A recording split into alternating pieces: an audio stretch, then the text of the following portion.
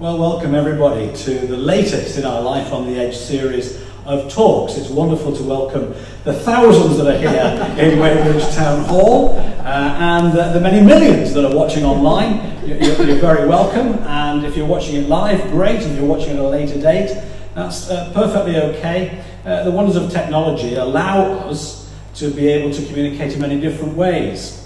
But it does say that technology can sometimes be a two-edged sword, and one of the things we're going to be talking about today is precisely that. Today we're going to be introducing you, not live, to Dr Nick Higgs. He has been interviewed by me and Mike in our office a couple of weeks ago, and we asked him the questions we thought you would ask. And if we got that wrong, you can ask Mike instead.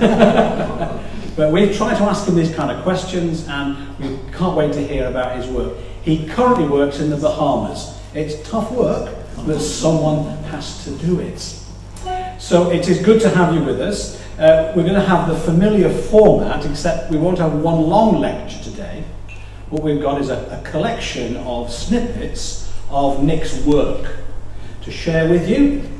Then we will have a conversation together, Mike, me, and you can join in as well. And after about 45 minutes, we will then open the floor up and have a discussion again. How we see faith and science working together. That is the essence of what we're talking about here.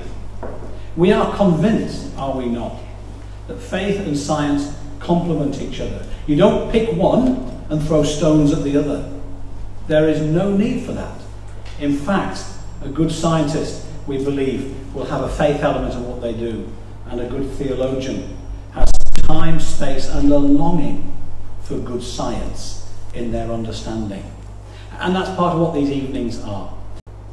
The title of this evening's session is Sustainable Fishing and Other Science Matters. As Alistair said, it features marine ecologist Nick Higgs, who is director of the Eleuthera Institute in the Bahamas. Nick was a member of Christians in Science during undergraduate studies in Southampton. He was a fellow of the Christians in Science, fellow member of the Christians in Science Southwest group when in Plymouth, the group to which I belong, and I had the privilege of getting to know Nick. This is a picture of the Cape Eleuthera Institute and the Island School in the Bahamas. It's a research and innovation branch of the Island School, the Eleuthera Institute, and the school and institute work hard to chart a path to a more livable future. The Institute conducts environmental research and innovates systems and designs that model how to live sustainably on South Eleuthera, throughout the Bahamas, and in other island nations. As we'll hear in a moment, Nick's research experiences of dealing with whale death and his understanding of the evolution of organisms that bring about whale decomposition has informed his views on suffering and the human condition. These views are expressed in the Oliver Berkeley lecture, which you'll hear in a moment. The lecture is an annual event sponsored by the Christians in Science in memory of Dr. Oliver Berkeley, who was the driving force behind the establishment of the Research Scientist Christian Fellowship, the forerunner of Christians in Science. Nick was awarded the lecture in 2018. The following are extracts from his lecture. Sometimes coming to conferences can be intimidating for new members of CIS. With the ever-growing number of people working on science-based issues, often in a professional capacity, some may be left thinking, what can I contribute that is new or interesting? I would say that's not necessarily our job. What is imperative is that CIS members are constantly tackling afresh issues of science and faith, as Oliver said, and that we're getting out there discussing important issues with our friends and in congregations, even if we're not leading experts on a particular topic. I believe that there's a real potential for CIS members to have a great positive impact on popular culture by helping bring issues of science and faith to the fore, seeking out opportunities to show the fruitfulness of a complementary approach. And on that note, I'd like to start not with science or the Bible, but with popular culture. I do, however, think that it is legitimate to ask how scientific knowledge changes our perspective on why bad things happen. And here's a few examples of where I think science forces us to reframe why questions. Let's start with the big one, death. As a marine ecologist, much of my research has in one way or another related to the processes that generate life from death in the ocean. There is no better metaphor for this than the topic of my doctoral research, the phenomenon of a whale fall. In the deep ocean, the arrival of a dead whale carcass on the seabed is a food bonanza in a nutritional desert. This manna from above brings forth an oasis of strange and abundant life. On evolutionary timescales, these regular food fall events have led to the radiation of whole new forms of life dependent on the death of these ocean giants.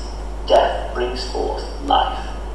From a biological perspective, death itself is an inevitable part of being a living animal. Indeed, the science writer Nick Higgs typically points out that only death makes multicellular life possible. Without death, we or anything capable of intimate relationship with a personal God could not be here. The inevitability of death is a central theme of the book of Ecclesiastes, where the skeptical Kohelet rails against any sense of natural justice in the world. I said in my heart with regards to the children of man, that God is testing them, that they may see that they are but beasts. For what happens to the children of man and what happens to the beasts is the same. As one dies, so dies the other. They have the same breath, and man has no advantage over the beasts for all its bounty. All go to one place, all are from the dust, and to dust all return. His overriding view of human suffering is that humans are essentially animals. We're not elevated to the point that we can escape the pains and gripes of the world.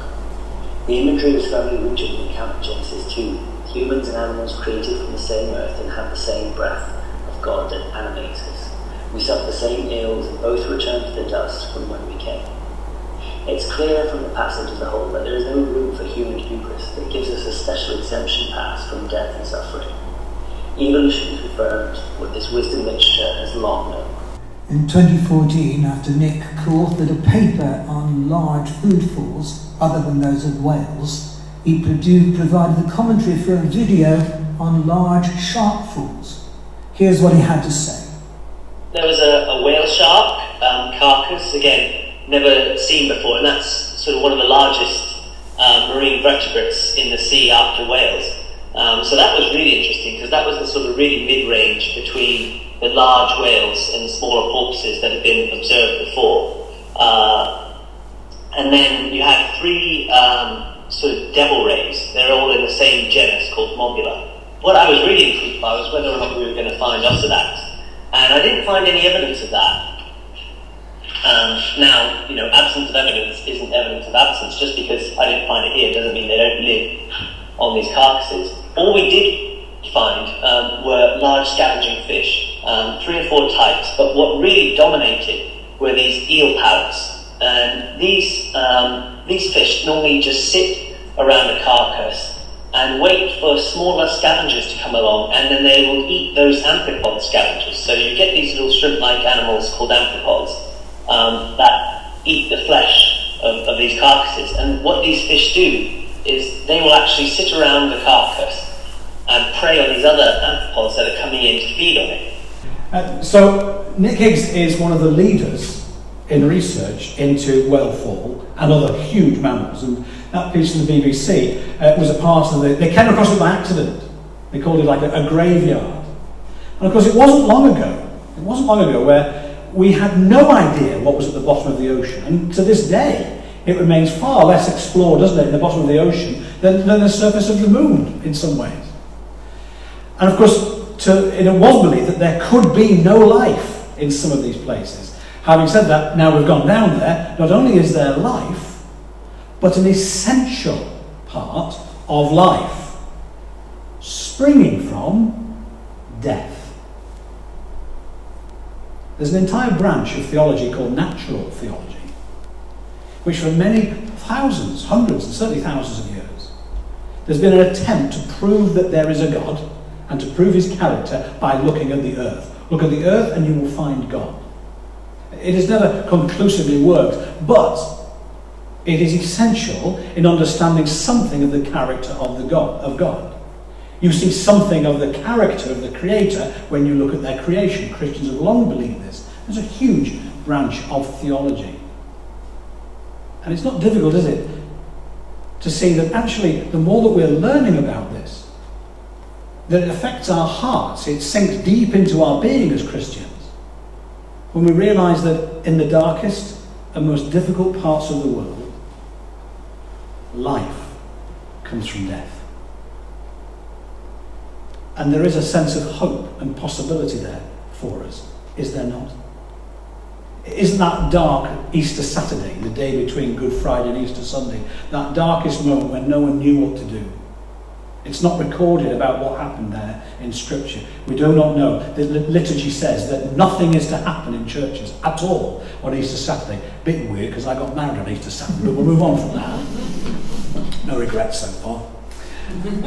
But that dark day when nobody knew what could possibly happen, out came life from a graveyard.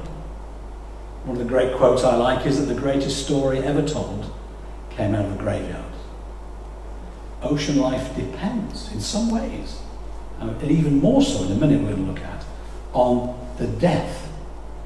And it's therefore a pattern. This is what happens. It doesn't explain everything about suffering, but it does explain or hint towards that there is a role for suffering. We now know, says Paul, that all things work together for good for those that trust him. And we have got to get hold of that and realise that our life is not inevitably working towards some great comfort here. We will struggle while we are here. In this life, you will have trouble, said Jesus. But pay attention. I have overcome the world. And for me, this, and what we've heard, is one of the great pictures of not just an illustration, but it's part of the engineering of life on earth. And that tells me something in the creation about the Creator. That's great, Alistair. Thank you very much. Picking up on one or two things that Alistair has said, it is really quite amazing how science has progressed. Although dead whales are regularly washed up on beaches, an estimated 99% die at sea and sink to provide an underwater feast in the deep ocean, a marine environment that tends to be food limited. So you can imagine a huge whale or a huge amount of food being provided in a desert, because that's what the parts of the deep ocean are like. Because of their enormous body size of an adult whale and its high lipid content in both blubber and bone, a whale fall is usually a site of intense and persistent feeding activity. Nick has estimated that one carcass can provide the equivalent of 200 years' worth of food in the deep sea. A whale carcass typically attracts a diverse array of creatures and becomes a significant energy-rich ecosystem with its own particular and very peculiar community. More than 120 new species have been discovered living in whale falls. That figure is well out of date. Every time you go and study a whale fall, you're finding new species. Not just new species, but new groups of organisms. Quite unique. Absolutely amazing. And you can understand why Nick, you can see him with a glint in his eye, because he's excited at the discoveries that he's finding. This is just a photo, and you can see the difference that I was saying. A photo of a whale fall, and it was taken in Monterey Bay. Monterey Bay, the site of Ed Ricketts' work, who we heard about with John Spicer, the hero of Steinbeck books. And there you see scavengers. It's difficult to pick out. I'll point it out, and you'll see it when I pick it out. That's an octopus, that's an octopus, that's an octopus. And this is not a contrived picture. This was a picture taken with a high definition video and this is a real picture at the time. It's on a video. The reason why I spent a bit of time on that is that Nick's PhD thesis was on Ossidax, zombie worms. The scientific name of one species is derived from its feeding habits. It's called Ossidax muciflorus. You can get the mucus there. A name which literally means bone-eating snot flower. I'm going to go back again to Nick for his response to a question on where is marine science going in the future. And as you can see here, a paper by Jarvis and Young identifies 9 key topics that are likely to be the key priorities for the future of marine science. I've put some information around the room that you can have a look at some of those priorities. But Nick's group in the Bahamas are looking at 2 main topics: fisheries and aquaculture and marine guardianship. We would call that marine stewardship or marine conservation. So we'll go back to Nick and see what he has to say about these things. In terms of, I think, you know, where in the future,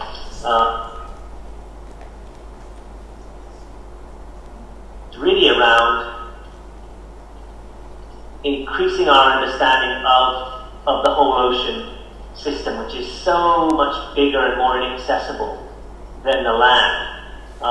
So that ties into this whole kind of unexplored part, and really knowing, you know, the full implications of what we're doing.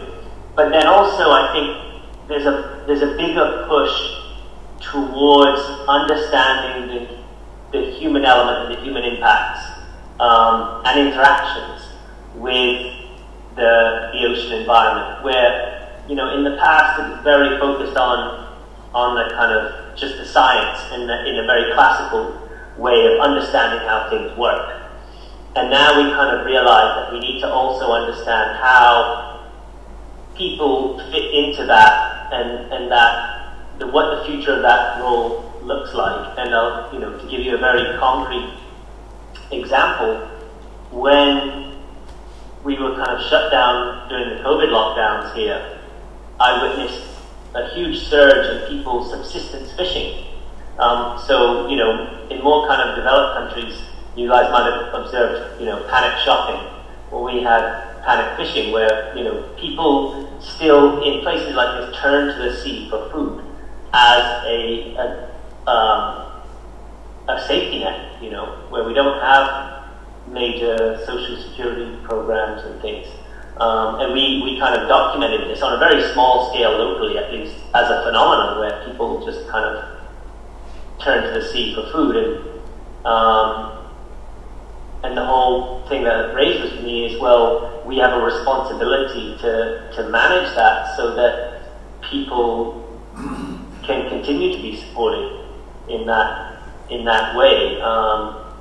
You know, and that raises all sorts of questions about who we manage the oceans for, how we manage them. You know, what's the correct relationship with our oceans, between humans and the oceans? You know, a kind of, I guess, what seems to me a biblical perspective is that there should be this, or that there is this implicit relationship of dependence, of utilizing services, but stewarding in a good way. So that kind of touches on the whole question of, like, what is man, you know, our human relationship with the ocean. And I think that's as much a really current topic in science as it is, you know, maybe in theology and environment. Is what the thing is that the Bible has been used as an excuse of our mistakes. Yeah. So where would you point, as a marine biologist, where would you point us biblically? And how does your faith motivate you to not make the same mistakes we've made in overfarming and overfishing in the past? And there are some fisheries that need to stop, you know, and that's the hard part. That's the rush. Is how do we stop the fisheries that need to be stopped, without creating human disaster and suffering. Because some communities will will be facing a lot of hardship if you just shut down a particular fishery. And then, when we're facing that with another species here, they're in the Bahamas, we have this big marine snail, conch or conch, and that's a traditional food source for thousands of years, but it's being overfished right now. But there's so many fishermen that rely on that as an income. That everyone agrees something needs to be done about the fishery, but no one can figure out what is the best solution to have the least impact on the livelihoods of the fishermen. And so this is a question about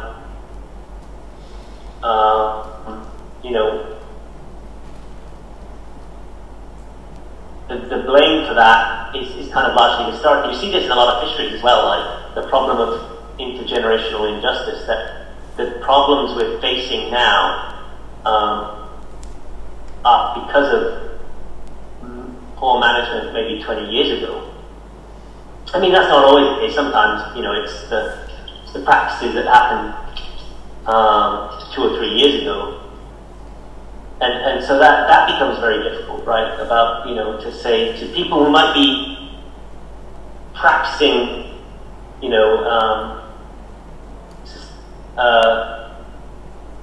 I guess, a sustainable fishing, maybe fishing in right relation with the ocean right now, but those stocks are still dwindling because of the massive damage that was done a long time ago. And so it becomes a very complicated situation. And this is where scientists often get squeamish, because they just say, well, we can just tell you, we need to reduce the amount of fish being caught. That's up to governments and managers to figure out how to make that happen. And so I think, but really that they need help from scientists to be fully informed. And I think, when you ask, well, what's the future, I think scientists are going to have to get more involved in helping with that kind of. There's colleagues here who are working on artificial reefs and understanding the ways that they can be used to enhance fish production. And the same is happening in the fishery that I studied, the lobster fishery, where fishermen put down these lobster shelters, so you just create more shelter for the animals. That increases their population. So you're not, and the question that we need to answer, and that we haven't answered yet, and this is why I have a job, is to understand what are the impacts and interactions of that. Is it really possible to do that with no or minimal impact? And there are some fisheries that need to stop. So Nick's working and researching to find ways of making fishing sustainable. When I was a teenager, I worshipped at Plymouth Methodist Central Hall. Plymouth Methodist Central Hall is directly opposite Plymouth University. But in between the two, there's a huge roundabout. And one Sunday morning, I had come out, and there was all the other people there pouring out of the church, big church, in the 80s it was. And there was a girl picking the daffodils that had been planted around this huge roundabout. She already had armfuls, but she was going around picking them, one by one, and you could tell by the look on her face, she didn't really realise what she was doing. But they were beautiful. They were there. They were free. And somebody from the church went over and said to her, "What are you doing?" She said, "They're for my mum. She's not very well." And you can imagine what the person said, who was trying to be, they were a bit annoyed. And I think you must have said it perhaps to your own children or other children, but they're for everybody, not just for you. And one of our real problems, of course, is that we somehow seem to treat the ocean differently, but we haven't left the oceans fallow. We have just taken tons of it for what looked like a good reason, but we've wiped it out.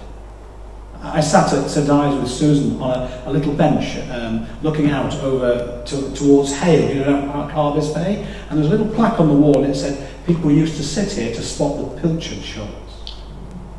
Not anymore. And again, you look at the entire economy that was built up around Cornwall, and all that's gone. I mean, just gone. Nick was talking in his Barclay lecture a lot of Job 38. You know, it's a big book, Job. Possibly, probably the first book written, actually. If you want to go the quick, cheap route, go to chapter 38. Because it says this: you are not the star of this show. The thing is, we've long heard of stories, haven't we, about messages in bottles being washed up 10, 20, 30 years. The paper's always got one every 5 or 6 years. And there's one over there about a whole container load of these ducks, something like 90,000 of them, that were dumped in 1992, and they've been washing up every year since. And they've tracked them everywhere they go. And what I now realise is that this happened way up, way on the other side of the world, but it's washed up in different places. And what it strikes me is this: Jesus said, love your neighbour as yourself. And then they said to him, but who is my neighbour? And Jesus told them that his neighbour was a Samaritan, a foreigner in need. Now go and do likewise, he said. You see, if I can pinch one of these and Mike doesn't realise I've done it, I will use that as an illustration to me. It says that people that suffer because of my misuse of the ocean, they are my neighbour. Because I drop it in the sea here, it'll end up on their side of the ocean. If we are to systematically apply the teachings of Jesus into our hearts, science is telling us more and more who our neighbour is and who it is that we've got to love. And we may then have to realise that we are not the star of that show, that we must not be grabbing all that we can get, even if the motives look good. And as Nick said, some fishing will have to stop. Therefore, perhaps fish and chips can't be our staple diet. There may be things that we can and should be doing to allow our faith to teach us how to love our neighbour. Because our neighbour, it's incredible. Who is our neighbour now? And would it be fair to say that science actually doesn't really inform you on how to make those decisions? There needs to be something else. I mean, there's a leading question. Yeah, I think it can do in some ways. For example, the debate about fish pain and suffering is largely, a big part of that has been scientists, I guess neuroscientists, really talking about what capacities do fish have to suffer versus feel pain. I mean, everything feels pain, but do they suffer distress, and acute distress and long-term issue? And that science can tell you about that, but it still doesn't tell you whether you as an individual scientist should be okay with this happening or not. What helps you make those decisions? Trying, understanding that God has a relationship with all of His creation, and so I think of those scriptures around, when Jesus said, however you treat the least of these, you treat me, and to some extent we assume that's mainly talking about vulnerable people, but I think the extension of that as a, and again, it's where you kind of go from the black and white of scripture to what's the principle and ethic behind that. I think is really looking at all of creation as to some degree vulnerable and less with less agency than we do, or certainly in cases where I've got this wild animal cooped up in a tank. There's a power imbalance there, right? And wherever you have these power imbalances, it's beholden on the powerful to ask how do I treat those with less power, and that is ultimately informed by by my faith. I think the biggest thing, and you know, particularly around Christianity, I think when I did school, like work in schools that got in the Big Bang, you know, where you have a more diverse audience. I say that in relation to the Bahamas. The Bahamas is almost like exclusively 95% Christians. I don't think there's even a mosque here. It would be why Christianity and not another faith.